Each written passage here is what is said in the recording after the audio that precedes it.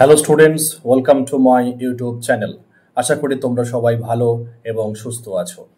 আজকের ভিডিওটা তাদের জন্য যারা স্পোকেন ইংলিশ শিখতে চাইছো। তোমরা স্পোকেন ইংলিশ শিখতে চাইছো, কিন্তু কিভাবে শুরু করবে সেটা তোমরা বুঝে উঠতে পারছো না। কিন্তু স্পোকেন ইংলিশ শিখতে গেলে যে নিয়মগুলো ফলো করতে হয় প্রতিনিয়ত, সেগুলো তোমাদের প্রথম জানা উচিত। দেখো, স্পোকেন ইংলিশ কোনো একটা জাদু নয় যে তুমি একদিনেই স্পোকেন ইংলিশ শিখে যাবে, 1 মাসে তুমি শিখে যাবে বা 3 মাসে তুমি শিখে যাবে। দেখো, ইউটিউবে অনেক ভিডিও রয়েছে, অনেক রকম তোমাদেরকে প্রলোভন দেওয়া হয় যে 3 মাসের স্পোকেন ইংলিশ কোর্স কমপ্লিট। না, I think it is totally false, সম্পূর্ণ একদম মিথ্যে কথা। স্পোকেন ইংলিশ হচ্ছে একটি কন্টিনিউয়াস প্রসেস, একটা ধারাবাহিক পদ্ধতি। ধীরে ধীরে তোমাকে সেগুলো শিখতে হবে। আজকের আমি তাদের জন্য একটি রুলস বলে দেব যে কিভাবে স্পোকেন ইংলিশ শিখলে ইংলিশে মোটামুটি ফ্লুয়েন্টলি কথা বলা যেতে পারে। দেখো, সবার প্রথমে তোমাকে মনে মনে তোমার মেন্টাল যে স্ট্রেংথ, মেন্টাল স্টেবিলিটি, সেটা কিন্তু তোমাকে তৈরি করতে হবে যে আমি কোনোভাবেই মাঝপথে স্পোকেন ইংলিশ শেখা বন্ধ করে দেব না। অর্থাৎ আমি যতদিন না স্পোকেন ইংলিশটাকে ভালোভাবে শিখতে পারছি বা যতদিন না আমি ইংলিশ ভালোভাবে বলতে পারছি, ততদিন কিন্তু আমি ইংলিশ শেখা বন্ধ করব না।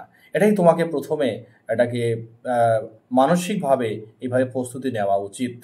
ওকে, নেক্সট তোমাকে সেলফ কনফিডেন্স গ্রো করতে হবে। Yes, I can speak English fluently. এটা তোমাকে প্রথমেই মনে মনে ঠিক করতে হবে যে today or tomorrow I shall be able to speak English fluently. আজ কি কাল আমি ইংলিশ ফ্লুয়েন্টলি বলতে পারবো, এই বিশ্বাসটা তোমার মনে জন্মাতে হবে। দেখো, যে সবাই ইংলিশ বলছে, সবাই এক জায়গায় কোচিং সেন্টারে পড়তে যাচ্ছে, মানে ঝাঁকে ঝাঁকে সেখানে চলে গেলেই যে তুমি ইংলিশ শিখে যাবে, এমনটা কিন্তু নয়। তোমাকে মনের মধ্যে একটা আত্মবিশ্বাস গ্রো আপ করতে হবে যে আমি একদিন ভালোভাবেই ইংলিশ বলতে পারবো। তাহলে ফার্স্ট বললাম মেন্টাল স্টেবিলিটি, দেন বললাম সেলফ কনফিডেন্স বিল্ড আপ করো, নিজের মধ্যে আত্মবিশ্বাসটাকে বাড়িয়ে নাও। কারোর প্ররোচনায় পা দিও না। কেউ তোমাকে হতাশাগ্রস্ত করতে পারে যে না, তুই পারবি না, তোর পক্ষে ইংলিশ বলা সম্ভব নয়, বা ইংলিশ শিখে তোর কী লাভ, ইংলিশ শিখে তুই কী করবি, তুই কার সাথে ইংলিশ কথা বলতে পারবি কি না। হ্যাঁ, এই সমস্ত অনেক রকম অনেক কিছু বলবে, বাট এগুলোতে তোমার কান দিলে হবে না। তাহলে নেক্সট আমাদের কি করতে হবে না, নেক্সট হচ্ছে, দেখো এখন প্রত্যেকেই মোবাইল ফোন ব্যবহার করে। মোবাইল ফোনে তোমরা যে কোনো একটি নিউজ পেপার অ্যাপ সেটাকে ডাউনলোড করে নাও। আমি তোমাদের প্রেফার করব তোমরা স্টেটসম্যান নিউজ পেপারের যে অ্যাপটি আছে সেটা তোমরা ডাউনলোড করে নিও, এবং পার ডে সেখান থেকে তোমরা বিভিন্ন নিউজ পড়ার চেষ্টা করো। দেখো, যদি তুমি পার ডে যদি নিউজ পেপার পড়ো, তাহলে কি হবে, তোমরা প্রত্যেক দিন নতুন নতুন শব্দের সঙ্গে পরিচিত হবে, এবং সেই শব্দগুলো যদি তোমাদের অজানা হয়, তাহলে তোমরা সঙ্গে সঙ্গে মোবাইলে তোমাদের ডিকশনারি রয়েছে, সঙ্গে সঙ্গে ডিকশনারিতে সেই ওয়ার্ডগুলোর মানেগুলো জেনে নাও। তাহলে পার ডে তুমি যদি নিউজ পেপার পড়ো, তাহলে তোমার স্টক অফ ওয়ার্ডসও বাড়বে, বিভিন্ন যে রকম শব্দ তোমার জানা হবে। নেক্সট তোমার কি করতে হবে, নেক্সট হচ্ছে বিভিন্ন যে সবজির নাম, এইসব নামগুলো আগে জানতে হবে। মনে করো তুমি বাজারে গেছো, সেই সবজির নামগুলো তোমাকে জানতে হবে। বিভিন্ন রকম ফ্রুটস, ফলের নাম জানতে হবে। বিভিন্ন রকম যে ইউটেন্সিলস, বাসনপত্র তোমার বাড়ির যেগুলো আছে সেগুলো জানতে হবে। আচ্ছা, যদি তুমি স্টুডেন্টস হও, তোমার বিভিন্ন রকম যে উপকরণ, হ্যাঁ, স্টাডি ম্যাটেরিয়ালস যেগুলো, সেগুলোকে ইংলিশে কি বলে, সেগুলোও তোমাদের কিন্তু ধীরে ধীরে জানতে হবে। দেখো, এগুলো একদিনের ব্যাপার নয়, গ্র্যাজুয়ালি তোমাকে এগুলো জানার চেষ্টা করতে হবে। এবারে নেক্সট সময় কি করতে হবে, নেক্সট হচ্ছে তুমি যে প্রত্যেক দিন বাংলা ভাষায় কথা বলো, বাংলা সেন্টেন্সের মধ্যে একটা কি দুটো করে ইংলিশ ওয়ার্ড তোমাকে ব্যবহার করতে হবে। ইংলিশ ওয়ার্ডগুলো তুমি যদি ব্যবহার করো, তাহলে দেখবে তোমার বাক্যের মধ্যে একটা স্টাইলিশ ভাব আসবে, একটা সুন্দর ভাব আসবে, এবং আস্তে আস্তে তোমার দেখবে বাংলার বলার প্রবণতা ধীরে ধীরে কমে যাবে। মনে করো যে আমি এখনই টি খেলাম, দেখো আমি সম্পূর্ণ বাংলা বললাম, অনলি চাটাকে আমি ইংরেজিতে বললাম। ওকে, এইভাবে অর্থাৎ বিভিন্ন শব্দের মধ্যে, বিভিন্ন বাংলা বাক্যের মধ্যে তোমাকে একটা দুটো করে ইংরাজি শব্দ প্রয়োগ করতেই হবে। এইভাবে তোমাকে কিন্তু ধীরে ধীরে ধীরে ধীরে ইংলিশের প্রতি তোমাদের একটা যে ভালোবাসা জন্মাবে।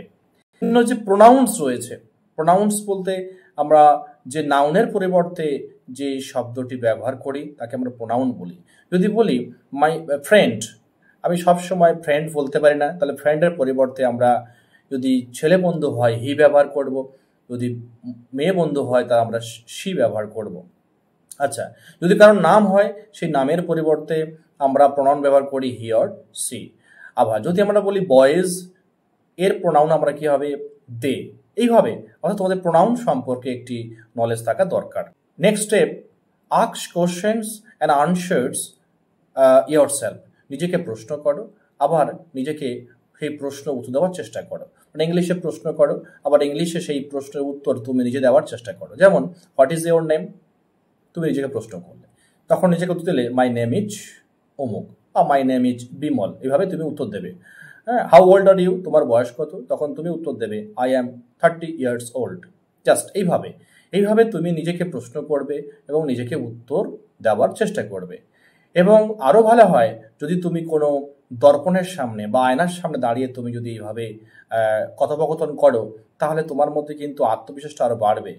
যখন তুমি কারোর সাথে দাঁড়িয়ে কথা বলবে তখন তোমাকে কিন্তু খুব সচ্ছলভাবে কথা বলতে হবে। সেই জন্য তুমি যদি দর্পণের সামনে দাঁড়িয়ে একা একা কথা বলো তাহলে ওই ভয়টা বা ওই লজ্জাটা কিন্তু তোমার দূর হয়ে যাবে। Next, speak English loudly. যখন তুমি ইংলিশে কথা বলবে জোরে জোরে কথা বলবে। যত জোরে ইংলিশ বলবে তত তোমার মধ্যে কিন্তু ইংলিশ বলার যে আত্মবিশ্বাসটা আরও বাড়বে।